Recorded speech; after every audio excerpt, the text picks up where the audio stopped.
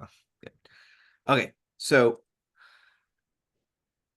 what I did here is I gave two examples of the same question, with the intention of making it so you could have some extra practice here. So let's just go through these and practice. I'm gonna set it up the way I set it up. And then if you prefer to do it like the longer form dimensional analysis, that's perfectly fine. I don't think I'm going to change anything necessarily the way that I kind of choose to set these up. So the trick for when you're doing these dopamine infusions is just, first of all, don't get overwhelmed with the fact that it's called a dopamine infusion and that you have to kind of do some extra work and factoring of things. But basically all you're doing is, it's very similar to what you did with the heparin protocol when you're calculating the infusion rate. If you recall, with the heparin protocol, your infusion rate is like 18 units per kilogram per hour. And so all they're asking you to do is take into account the patient's weight in kilograms and then convert minutes to hours. And those are the two like kind of stumbling blocks when you look at this question, because it's just a lot of converting is what it ends up being. So I'm going to show you what I do to kind of simplify it for myself so I don't have the really long dimensional analysis, even though you can do that. So I always call what I'm about to do, I just call them like my prep steps. So my first prep step is I'm going to, well, first of all, you need to know what you're looking for. And what you're looking for is milliliters per hour. How do I know that? Because it says they're looking for rate of infusion. There's no drop factor listed. And so that's how I know I'm looking for milliliters per hour. So I think sometimes that's the first stumbling block, is trying to figure out, well, what the heck are we looking for here? So you're looking for your standard flow rate, which is milliliters per hour. So step one for me is I'm going to take the patient's weight, 70 kilograms, and I'm going to multiply it by the order, the 5 micrograms, and then I'm just going to write it out like this, kilograms per minute. And what this does is it eliminates kilograms right off the bat, and then I just go ahead and set it equal. So I don't make any more conversions for dimensional analysis. I just go ahead and do this as my prep step, and I get this at 350 micrograms per minute. Now, this is like if you remember those choose your own adventure books, you can kind of choose which way you want to go. That's how I've always looked at dimensional analysis. I can see the goal in the distance, and I can take the scenic route through, the woods, or I can take the, paved route where it's just, I have a couple of options is all I'm trying to say. So knowing that you have a couple of options, I'm just going to show you what I would do, and you can model that, or you can, if you're coming up with the same answer and coming about it a different way, then you're doing the same thing I'm doing. You just took a different route, and as long as you get to the same place, you're doing it right. So 350 micrograms per minute is a little bit more manageable than worrying about the kilograms. So that's where I would suggest that you start. Now, the other thing, and just because I already know where this is going, we have micrograms. We have micrograms listed, right, as our order, and then we have milligrams listed as our available. So you have to convert either micrograms to milligrams, which is actually what Lauren did when we went through this earlier in the hour, or you can convert milligrams to micrograms, which is what I'm going to demonstrate now as an alternative option. And the reason I choose that is because I know that there are 1,000 micrograms in 1 milligram. And so instead of worrying about dividing by 1,000, I'm just going to make that 400 milligrams a really big number. So this is my other prep step. And what I'm going to do is I'm just going to convert that 400 milligrams. I'm going to convert that to 400,000 micrograms. If you don't like doing that, you can certainly, like I said, write out the dimensional analysis, but I'm trying to keep it, I'm just trying to simplify it myself by chunking out the data. And if you don't like that, you don't have to do it that way. But That's just what I chose to do. Now, the next thing I'm going to do is I'm going to convert micrograms per minute, and I'm going to get rid of micrograms because I want milliliters. And I'm going to use my new 400,000 micrograms and 250 ml. So 250, 400,000. And then the last thing I need to do is, because I'm looking for ml per hour, and right now, once I've canceled everything out, I'm in milliliters per minute. So I just got to convert minutes to hours.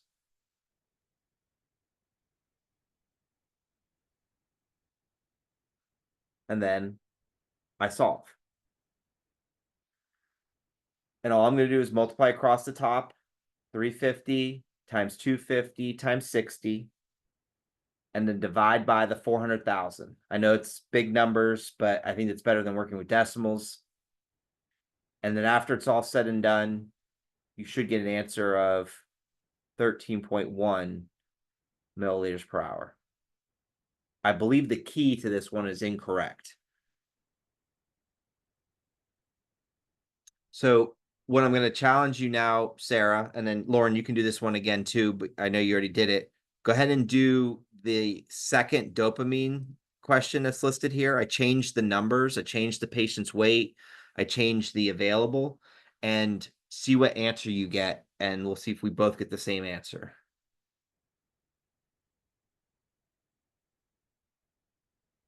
And then we can move on to heparin. You're fine. That's what my last session, the Zoom just crashed, so it's never done that before, and I was like, uh-oh. But I came back on and everything seemed to be fine. So all right. So let's jump down to the heparin protocol. And what I'll do is the same thing. I'll walk through the regular or the protocol that I've already kind of done a couple times with everyone, and then we'll go through and do the I'll give you a different patient weight.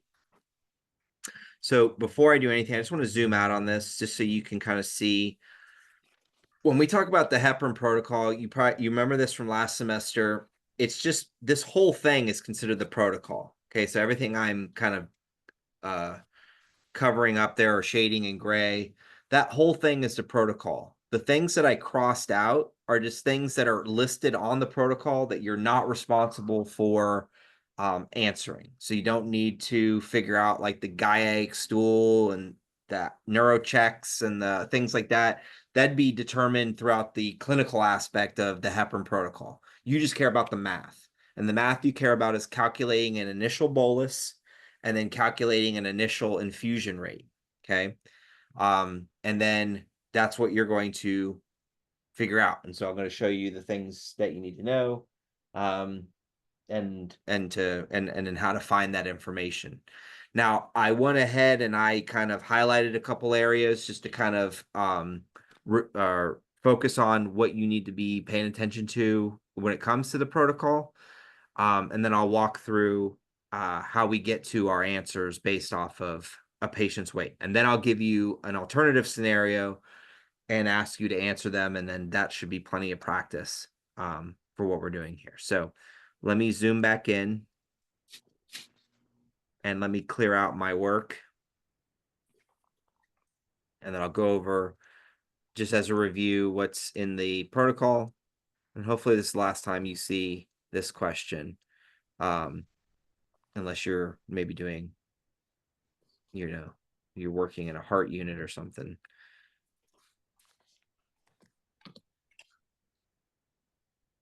But even then, I think they have standards. So, all right. So on your test, if you recall, you're just going to be calculating a bolus and an infusion rate for the same question.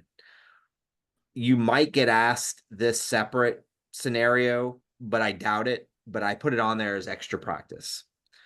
So when we look at the protocol, it just tells us patient's weight, to convert the patient's weight in pounds to kilograms. That was already done for you. So it's 90 kilograms. Then it tells you to bolus the patient with 80 units per kilogram, and then to start a drip at 18 units per kilogram per hour. it gives us the available of 25,000 units and 250 milliliters half normal saline. And then it gives us a bolus dose of 1,000 units per milliliter. So those are the pieces of information we need in order to solve this problem. And like sometimes going through this, you're like, okay, I remember doing this last semester. I hated it, but I remember doing it. All right. So step one is calculate your bolus. So we start off with the patient's weight. This patient happens to weigh 90 kilograms. We're going to be bolusing the 80 units per kilogram.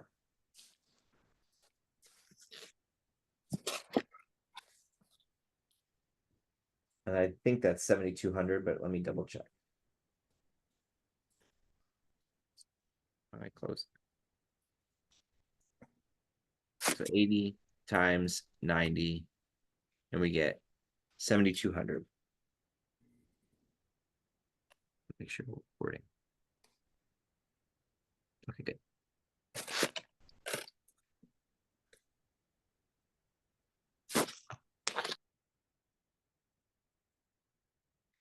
All right, so 7,200. Find my cursor. There we go. 7,200 units. And then we're just going to convert units to milliliters since we're calculating our bolus and we're looking for milliliters. We're going to use our bolus dose strength, which I have highlighted here. But our bolus dose strength is this 1,000 units per milliliter. So I had a student in the last hour, and they were using the 25,000 units in 250 ml, but you don't want to use that for bolus. Bolus is kind of like a vial off to the side. You're going to stick a syringe in there, draw out the milliliters that you need, and you're going to inject it into the patient's IV. Okay. Obviously through a port, not through the bag. At least I think that's how that works. All right. So get back over here. There we go. So it's 1,000 units, 1 ml. And so you get an answer of 7.2 milliliters for the bolus.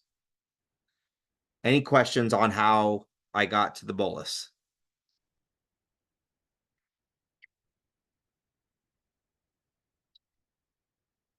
All right. So let's do the infusion rate. The infusion rate, we're gonna follow the same kind of strategy, but we're gonna use the details for the infusion rate. So it tells us that the infusion rate. Wait, I didn't get that answer. Did I do 90 times 80 wrong? No, you got it right. I did. Okay. Wait. No, wait. I did get the answer. I converted it to minutes. Why am I converting it to minutes? Yeah, you don't. There's not even time on this one. So there is no time in the bolus. Yeah. Okay. Yeah. Okay, I got it. Okay. Yeah, no time in the bolus because it's done right now. So it's instant. So no time. Okay. All right. Now we want where we do have time. That's the 18 units per kilogram per hour. So that's what I'm going to use to solve the second part. So same patient, same weight, 90 kilograms times the 18 units kilogram per hour. So this is what I was getting at, where that dopamine question, basically it's a similar format, but instead of units, we had micrograms. Instead of hours, we had minutes, but we're still going to multiply by the patient's weight. That's basically what a kilogram is telling you, that you want to multiply by the patient's weight.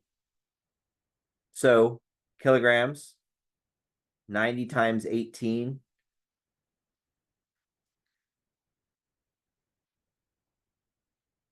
I've done this so many times, you think I'd have it memorized, but I don't. 1,620.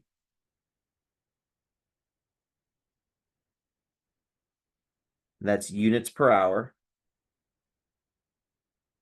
And then this is basically where a couple of questions in the review, it talks about going from units per hour to milliliters per hour. And it's exactly what we're doing. Now, the trick is, do you use the bolus units per milliliter, or do you use the IV? And the answer to that is you use the IV. You only use the bolus when calculating the bolus. Go ahead, Lauren. I'm a little confused on the 18 units. Uh, wait. Yeah, I don't get that part because it still says it's bolus.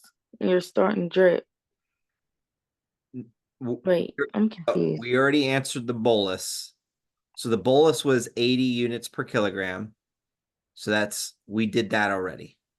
Now we're starting the drip at 18 units per kilogram per hour. So we're using a different to start. Yeah. Okay. Yes. Okay, got it. Okay, good. Yeah, so and you're not the only one to do that, because I've had a handful of students who've said the same thing, where that 18 kind of comes into play, and then and then they're like, well, where'd that come from? And then it's just, you just have to remind yourself that that's where it's coming from. In order to do a drop rate, you have to have some sort of volume and time. The volume in this is units and the time is hour, and then we just have to convert that units per hour to milliliters per hour. All right. Is this where you're using the 25,000? Yes. Okay. Yeah. So you want to use the IV. Anytime you're calculating an infusion, you want to use the IV. So you're going to eliminate units, convert it to milliliters, 250 milliliters, 25,000 units. And then you should get 16.2 ml per hour.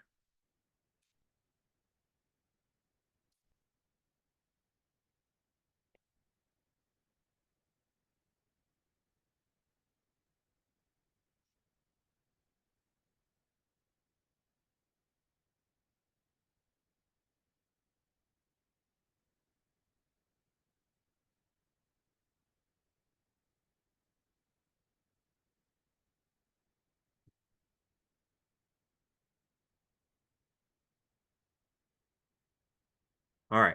So I want to give you a practice one that's different. So what I'm going to do is I'm going to scroll down, and then I'm just going to have you do the first two steps of the infusion. I'm running a little bit low on time, so I'm not going to go through this, but I have gone through this during these reviews. So just check on the fourth semester reviews and you will see that I worked through this. Just letting you know that I'm not leaving you in the dark. And I also don't think you're even going to have an APTT type question to on your test. So I'm just giving you that as a heads up, but I want to give you time to practice an alternative things. And I put a couple more here so you can look at some additional practice. Oh, but I had another one here. So we'll do this one. So what I'm going to do is I'm going to copy this.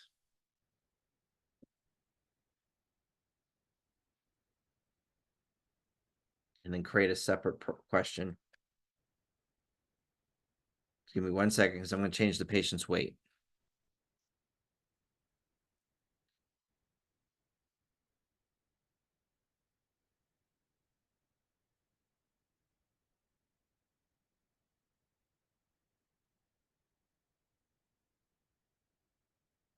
All right, so let's make this patient, let's say they are, so we did 220 and I did 198. Let's go with, nope, not that one. Let's go with 147. Seems like a interesting number. So what I want you to do is, for this question, and then just once you get your answer, round it to the nearest tenth, go ahead and put it in the chat for calculating the bolus and then calculating the infusion rate. And then I gave you the order and I gave you the available.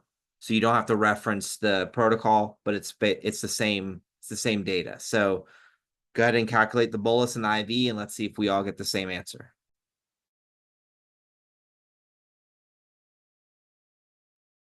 I'm just confirming the bolus of what you got. So go ahead and do the heparin part.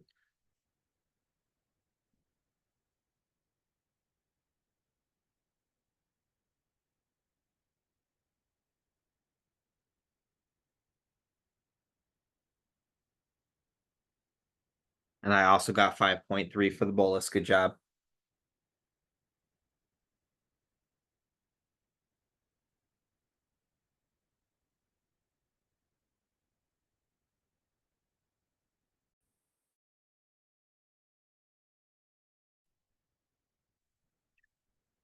Did you get an answer for this one yet, Sarah?